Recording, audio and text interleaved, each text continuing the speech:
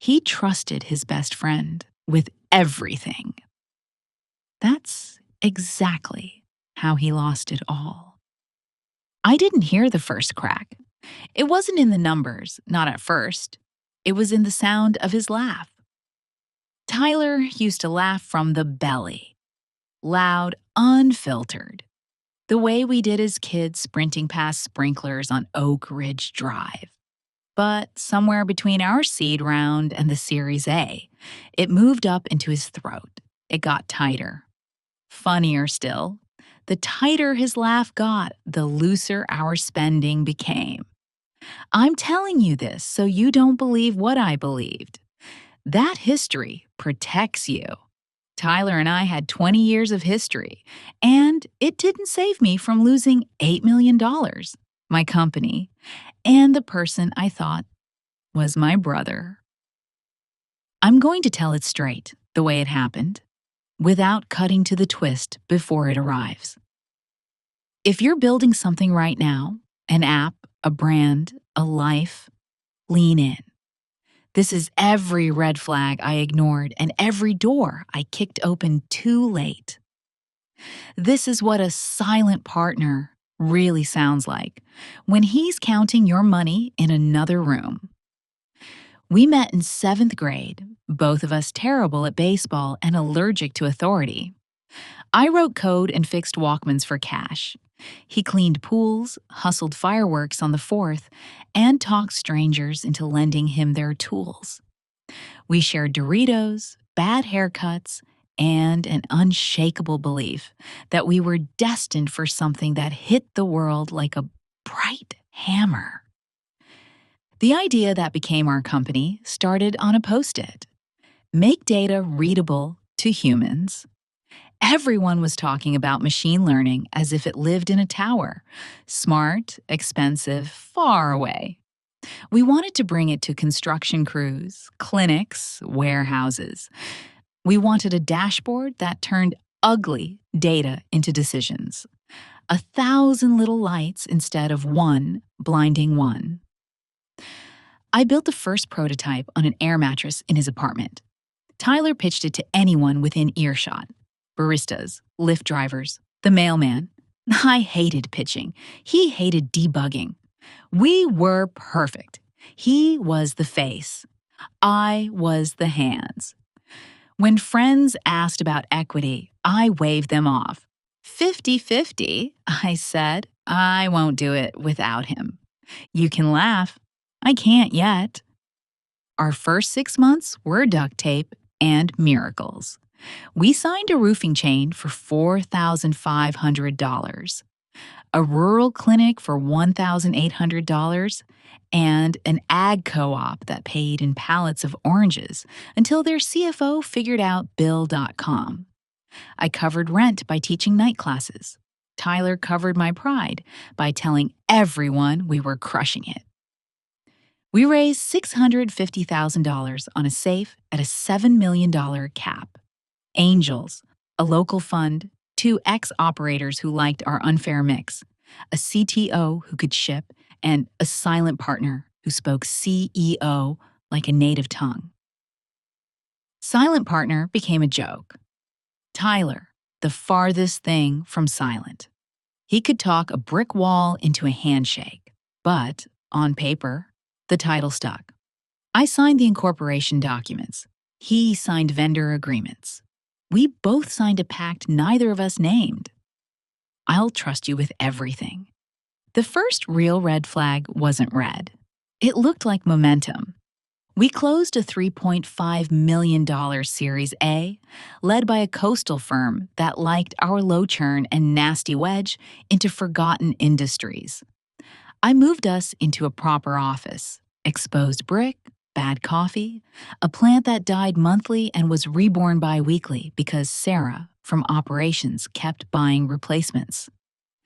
We made payroll without sweating. We hired 2 ML engineers, 1 designer, a product manager, and a CFO who lasted 12 days. Tyler said the CFO didn't vibe. We need someone scrappy, he told me, not a spreadsheet cop. Then he volunteered with great reluctance, naturally, to oversee finance in the interim, just until we find the right fit. The board was pleased. Founder led finance phase is normal at this stage, our lead said. Tyler's got a great operator's mind. He did. He also had a private checking account I didn't know about, a vendor network we didn't vet, and a belief that receipts were for other people. Here's how it started, on paper, the way we found it months later when there was nothing left to save. He opened a Delaware LLC called Arcadia Services. Innocent enough. Efficient to route contractor payments through a separate entity. He explained to the bookkeeper we finally hired. Keeps 1099s clean. He was so plausible, the word itself sounds like him. Plausible. Arcadia Services invoiced us for specialized procurement, field integrations, regional compliance, garbage words that make you sleepy.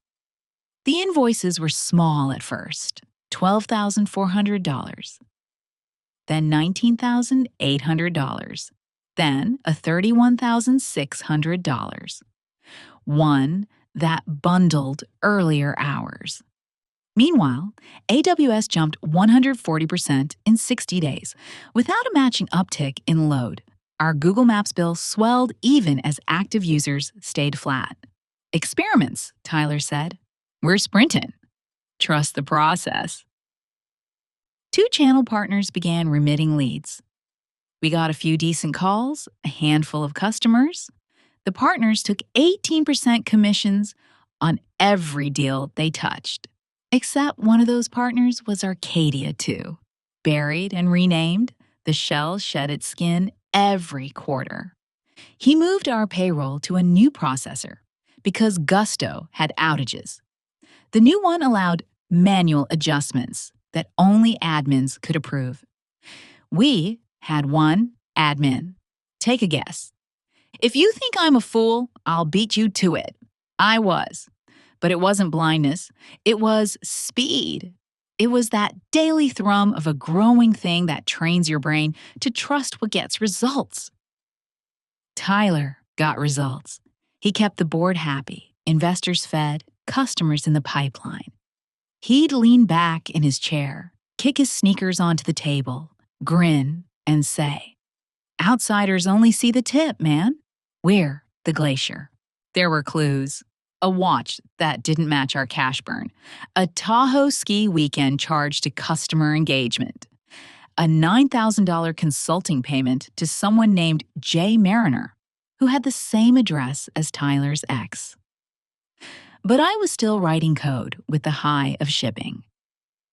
We launched a predictive reordering module that saved a feed distributor $210,000 in 4 months. We rolled out a clinic intake suite that cut no-show rates by 17%. The graphs went up, so did my denial. Then came the email. Anonymous. Subject line, "Your silent partner is loud offshore." It was 2:13 a.m. I was merging a pull request and eating a Pop-Tart like a raccoon when the alert lit my screen. No body text, just a Google Drive link. I clicked. Of course I clicked. In that folder was a blurry PDF that took me a 5-minute squint to read. It was a bank transfer receipt from a payment to an exchange in Malta. The sender's account was Arcadia Services. The receiving wallet address, alpha numeric nonsense, meant nothing to me except that it was final, irreversible, and stupidly bold. I did what founders do when something's wrong. I woke up the one person who would tell me I was overreacting. Sarah rubbed her eyes, scanned the PDF, and didn't blink.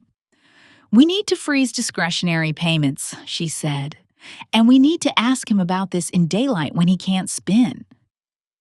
I didn't sleep. At 7:10 a.m., I heard Tyler's laugh in the hall, thin and tight, a zipper closing.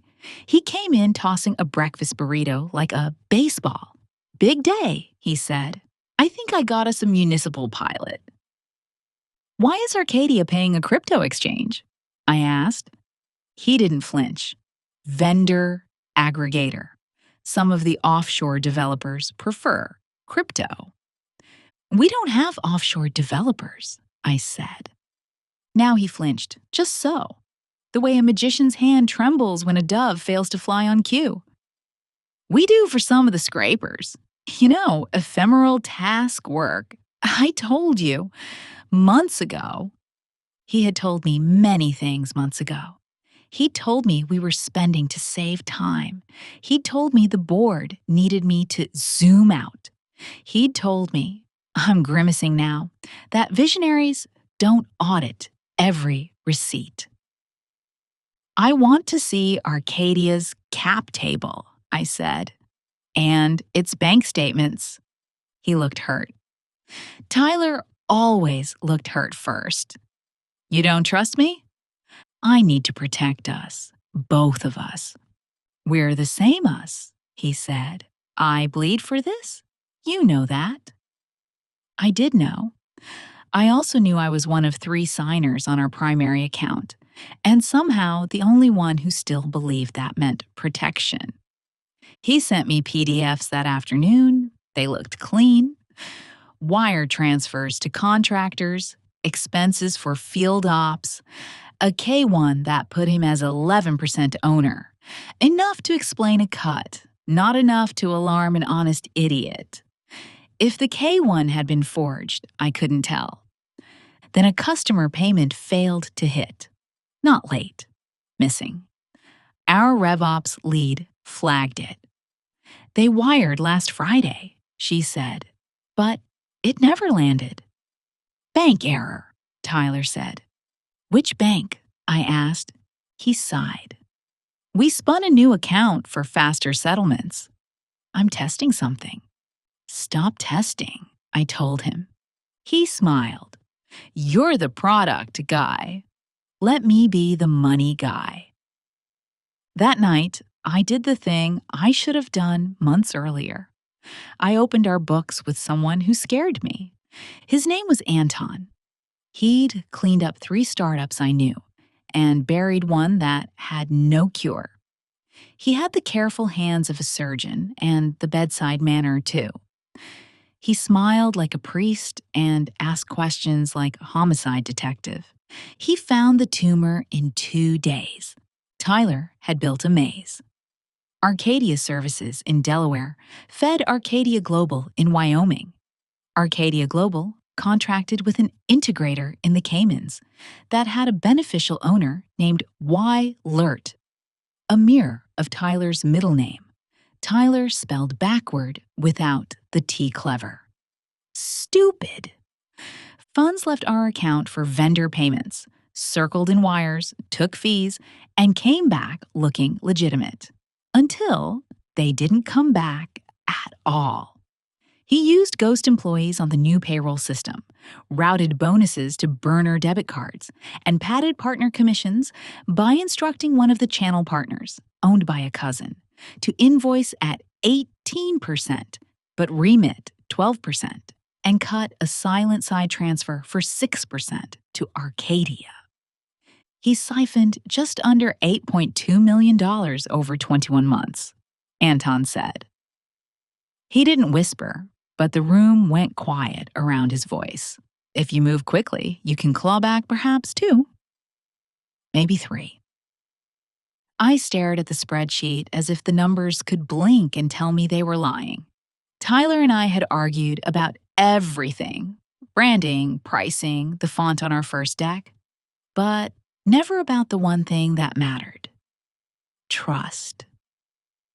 He had watched my little sister the night my mother was in surgery. He had carried my father's casket. He had stood next to me when the judge stamped my adoption papers and made me my daughter's legal dad. How do you file a restraining order against a man whose toast you gave at his wedding? The board moved like a blade. Emergency session. Counsel on the line. "We need to protect the company," our lead said. Remove him as officer. Freeze accounts. Notify LPS. I want to talk to him first, I said. You're not talking to him without counsel, counsel said. I talked to him anyway. I found him alone in the office, late, as if he knew the exact moment to be doing the wrong thing in the wrong room. He was pouring whiskey into a paper cup. He looked tired, then he looked irritated. Then he put on the expression he wore for cameras. I know, he said. Know what? I said, though my voice already knew. That you found your hero, he said, nodding toward the spreadsheet folder printed on my desk. Every founder hires a fixer. You want a confession? I moved money. I moved it temporarily. I was going to reconcile it. He mashed the paper cup. Don't look at me like I plan to hurt you. You opened shell companies, I said. You invented employees. I fronted deals we never would have closed without risk capital, he snapped. You're not a business guy. You don't know what it takes to grease a pipeline. Everyone plays games at this level. My friend, I said, and the word felt dirty. You didn't play a game. You stole. He laughed then, not from the belly, from the throat. You can't steal from something you built. I built it, I said, quiet. It's always the quiet sentences that do the violence. With you, but not for this. He put the cup down. He tried the hurt look again and found it empty. We can fix it, he said. We tell them we misclassified some contractor expenses. We show growth. We close the municipal pilot. The next round washes it.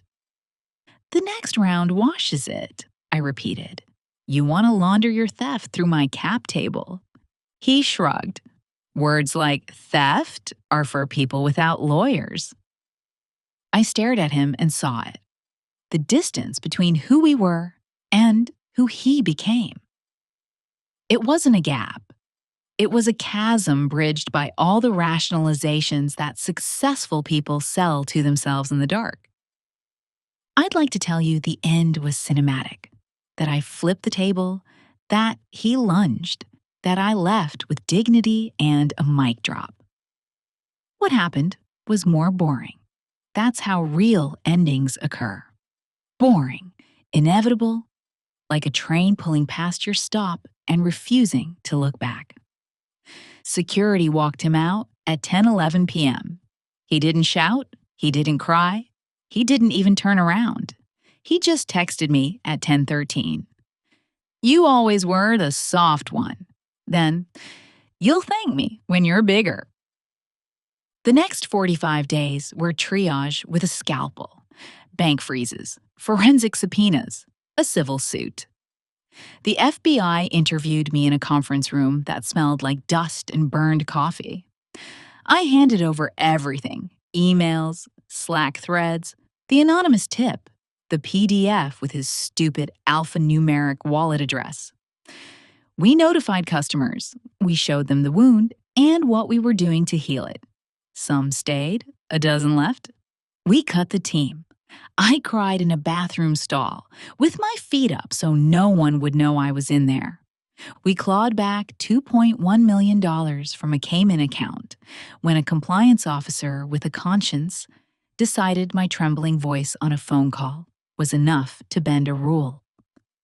We recovered $600,000 in property, a condo he'd bought for visiting partners, a Tesla for customer demos. We found the watch in a pawn shop 2 towns over because Tyler was a genius, up to the point where he wasn't. On day 83, after a blur of filings and calls, after sleeping 4 hours a night and living on stale muffins and rage, I took my daughter to a park where she fed a duck a Cheerio, and I felt my ribs open just enough to let air in. The duck didn't know about Series A pro rata rights. The duck didn't care about clawback clauses. It would eat the Cheerio, whether I still believed in friendship or not. Do you want the redemption now? Do you want me to say we turned it around, raised a bridge, and marched on stronger? I won't lie. We did not die. That's the win. We stabilized at 17 people.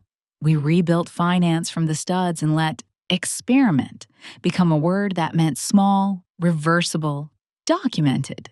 We grew slower. We got better customers, boring ones that pay and don't ask for your soul. In month 14 of the after, we signed a multi-year with a regional hospital network that didn't need visionary. They needed steady hands. Those were the only hands I had left. I sat on a witness chair 40 months after the night of the paper cup and told a jury what trust feels like when it's transmuted into a wire transfer. Tyler wore a suit that made him look like the adult he always wanted to be. He didn't look at me. I didn't look at him. The verdict wasn't a TV moment, no gasp. Just the clerk reading numbers that stacked into a sentence. Guilty on counts 1 through 5. Wire fraud, money laundering, conspiracy, tax evasion, false statements. The judge spoke softly when he sentenced him. 10 years, restitution, supervised release. After, by the courthouse steps, a reporter stuck a microphone under my chin and asked how it felt to watch a friend go to prison. I told her the truth. It feels like finding out your house was flooded in slow motion, I said. Your furniture floats past at the same speed as your memories, and you can't tell which to grab. Then you realize the flood was a leak that you could have fixed when it was a drip. So you grieve the water, and you grieve the way you ignored the sound of it. She blinked. I guess that wasn't the soundbite she wanted. There's a last scene if you need one. It happened in a cheap coffee shop as the train beat a rhythm against the city I still love. A kid with a laptop asked if the seat across from me was free. He had that bright hammer look, 22, caffeinated, mouth faster than his calendar. I'm building a thing, he said, as strangers do, to me now, because my story sat on a few blogs and was passed around by founders and their mothers.